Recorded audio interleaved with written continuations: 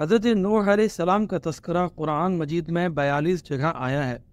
حضرت آدم علیہ السلام کی اولاد دنیا میں خوب بڑھی، آہستہ آہستہ یہ خدا کو بھولتے گئے جس نے انہیں پیدا کیا تھا اور جو ان کا پالنے والا ہے، اور شیطان کے بہکاوے میں آنے لگے جس نے حضرت آدم علیہ السلام کو جنت سے نکلوا دیا تھا۔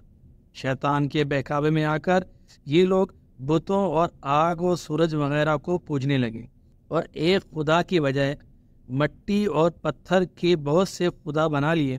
اپنے ہاتھ سے اپنا خدا بناتے، پھر ان سے مانگتے، حالانکہ یہ مٹی اور پتھر کے خدا اپنے لیے کچھ نہ کر سکتے تھے، ان کے لیے کیا کرتے؟ اللہ تعالیٰ نے جو اپنے بندوں سے بڑی محبت رکھتا ہے، اس کو یہ کبھی گوارا نہیں کہ اس کے بندے شیطان کے بہکاوے میں آ کر اللہ کے علاوہ کسی اور کی عبادت کرنے لگیں اور اس کی سزا میں مرنے کے بعد دوزخ میں جلیں۔ اللہ پاک نے حضرت نوح علیہ السلام کو اپنا نبی بنا کر بھیجا۔ اس زمانے میں لوگوں کی عمریں بہت بڑی بڑی ہوتی تھی۔ حضرت نوح علیہ السلام نے 950 سال تک اپنی قوم میں وعظ کیا کہ اے لوگو، صرف ایک اللہ کی عبادت کرو اور میرا کہنا مانو، وہ تمہارے گناہ بخش دے گا۔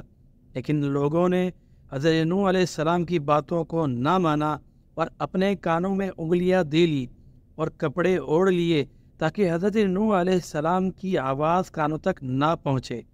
حضرت نوح علیہ السلام ہمت نہ ہارے، وہ برابر سمجھاتے رہے اور کہتے رہے، اے لوگو، اللہ سے معافی مانگو، وہ بڑا معاف کرنے والا ہے۔ وہ تم پر آسمان سے بارش برسائے گا تاکہ تم خوب اناج پیدا کر سکو، اور اس کے ذریعے سے بڑے بڑے باغ پیدا کر دے گا، ان میں نہریں پیدا کر دے گا، تمہیں مال و دولت دے گا اور بیٹے دے گا۔ تمہیں کیا ہو گیا ہے کہ تم خدا کو نہیں مانتے، حالانکہ اس نے آسمان بنائے، چاند اور سورج بنائے۔ اس نے تم کو مٹی سے پیدا کیا، اور پھر اسی مٹی میں ایک دن تم مل جاؤ گے، اور پھر قیامت کے دن اس مٹی سے تم کو دوبارہ زندہ کر دے گا۔ لیکن لوگوں نے اپنے بتوں کو نہیں چھوڑا اور حضرت نوح علیہ السلام سے کہنے لگے، ہم اپنے بتوں کو ہرگز نہ چھوڑیں گے، اور ہم تو تم کو اپنا جیسا آدمی ہی دیکھتے ہیں، اور تمہارا کہنا بھی صرف چند غریب لوگوں نے مانا، اور ہم تو تم کو چھوٹا سمجھتے ہیں۔ حضرت نوح علیہ السلام نے کہا، اے میری قوم، میں تم کو جو نصیحت کرتا ہوں اس کے بدلے میں تم سے کوئی مال و دولت نہیں چاہتا، اور جو غریب آدمی مسلمان ہوئے ہیں اور اللہ پر ایمان لائے ہیں، ان کو میں اپنے پاس سے تمہارے کہنے سے نہ نکالوں گا۔ اگر میں ان کو اپنے پاس سے نکال دوں تو خدا کی عذاب سے مجھے کون بچائے گا؟ اگر میں ایسا کروں گا تو بہت ناانصافی ہوگی۔ ان کی قوم کے لوگوں نے کہا، اے نوح علیہ السلام، تم نے ہم سے جھگڑا بہت کر لیا۔ اگر تم سچے ہو تو جس عذاب سے تم ہم کو ڈراتے ہو وہ لے آؤ۔ حضرت نوح علیہ السلام نے کہا کہ جب اللہ پاک چاہیں گے عذاب لے آئیں گے۔ اللہ تعالیٰ نے حضرت نوح علیہ السلام کو وحی کے ذریعے سے حکم بھیجا کہ تمہاری قوم میں جو لوگ ایمان لا چکے ہیں ان کے علاوہ اور کوئی ایمان نہیں لائے گا۔ تم غم نہ کرو، ایک کشتی بناؤ۔ حضرت نوح علیہ السلام نے خدا کے حکم کے مطابق کشتی بنانا شروع کی، تو جب ان کی قوم کے سردار ان کے پاس سے گزرتے تو ان کو کشتی بناتے ہوئے دیکھتے تو ان کا مذاق اڑاتے۔ حضرت نوح علیہ السلام ان کے مذاق کے جواب میں کہتے کہ آج مذاق کر لو، جب تمہارے اوپر عذاب آئے گا تو اس وقت ہم تمہارا مذاق اڑائیں گے۔ آخر اللہ تعالیٰ کا عذاب اس کے وعدے کے مطابق آیا، زمین سے پانی نکلنا شروع ہوا اور آسمان سے بارش آنی شروع ہوئی۔ اللہ تعالیٰ نے حضرت نوح علیہ السلام کو حکم دیا کہ سب جانوروں کا ایک ایک جوڑا کشتی میں سوار کر لو، اور جو لوگ تمہارے اوپر ایمان لائے ہیں یعنی مسلمان ہو گئے ہیں ان کو سوار کر لو۔ حضرت نوح علیہ السلام نے اس کشتی میں سوار ہونے والوں سے کہا کہ اللہ کا نام لے کر اس کشتی میں سوار ہو جاؤ، کہ اس کا چلنا اور ٹھہرنا اسی کے ہاتھ میں ہے۔ اللہ تعالیٰ بڑے بخشنے والا مہربان ہے۔ کشتی ان سب کو لے کر لہروں میں چلنے لگی، تو اس وقت حضرت نوح علیہ السلام نے اپنے بیٹے سے کہا، اے بیٹا، ہمارے ساتھ سوار ہو جاؤ اور کافروں کے ساتھ مت ہو۔ اس نے کہا، میں کسی پہاڑ پر چڑھ جاؤں گا اور وہ پانی سے بچا لے گا۔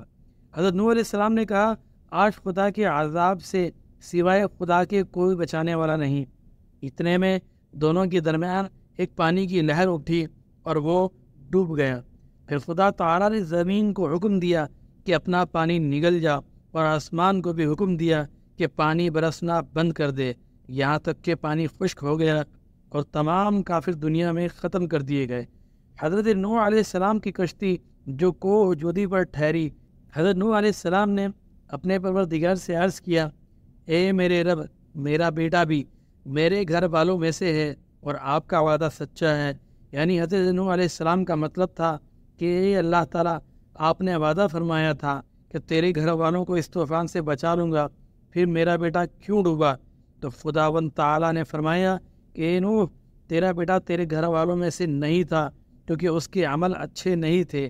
میں تجھ کو نصیحت کرتا ہوں کہ ایسی بات نہ کر جو تیرے علم میں نہیں، اس لیے کہ کنعان اللہ کا علم ازلی میں کافر تھا اور یہ بات نوح علیہ السلام کے علم میں نہیں تھی۔ حضرت نوح علیہ السلام نے اللہ پاک سے توبہ کی اور اپنے کہنے کی معافی چاہی۔ اللہ پاک نے ان کو معاف کر دیا اور حکم دیا کہ اے نوح، ہماری طرف سے سلامتی اور برکتوں کے ساتھ اتر۔ اس کے بعد حضرت نوح علیہ السلام کی امت سے دنیا بسی اور آہستہ آہستہ ان کے بال بچے آباد ہوتے گئے۔ یہ سب لوگ خدا تعالیٰ کی اطاعت کرتے رہے۔ زمانہ گزرتا گیا اور آہستہ آہستہ شیطان نے پھر بہکانا شروع کیا تو یہ لوگ خداوند تعالیٰ کو بھولنے لگے۔ حضرت نوح علیہ السلام جو اللہ تعالیٰ کے اتنے بڑے پیغمبر تھے، اپنے بیٹے کو اس کے برے کاموں کی وجہ سے اللہ کے عذاب سے نہ بچا سکے، اسی طرح اگر ہمارے ماں باپ اللہ کے کتنے ہی ولی کیوں نہ ہوں، اگر ہمارے اعمال اچھے نہ ہوں تو وہ ہم کو اللہ تعالیٰ کے عذاب سے نہ بچا سکیں گے۔ ہم کو اپنے بزرگوں کے نیک عمل کا سہارا نہیں لینا چاہیے، بلکہ اللہ اور اس کے رسول صلی اللہ علیہ وسلم کے بتائے ہوئے کاموں پر عمل کر کے نیک بننا چاہیے۔ اسی وجہ سے اللہ تعالیٰ نے قرآن مجید میں فرمایا ہے کہ اگر تم ایک ذرہ برابر بھی نیکی کرو گے تو اس کا بدلہ ہم تم کو دیں گے، اور اگر ایک ذرہ برابر بھی برا عمل کرو گے تو وہ بھی تمہارے سامنے آ جائے گا۔